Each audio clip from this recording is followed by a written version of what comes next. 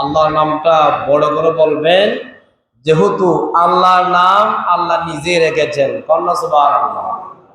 যে আল্লাহ আমরা যে বলি, এই আল্লাহর নামটা আল্লাহ বলেছে আমি নিজেই রেখেছি। কন্যা সুবহানাল্লাহ।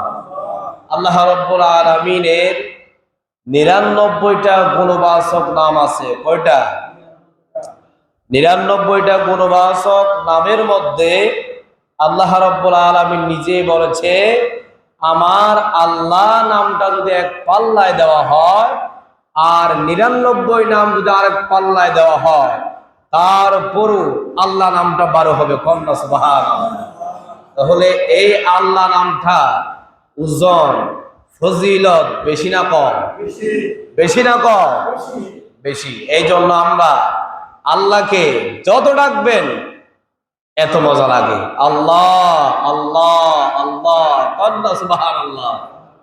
আল্লাহর নামে যতই জপি ততই মধুর লাগে, নামে এত মধু তাকে কে জানিত আগে।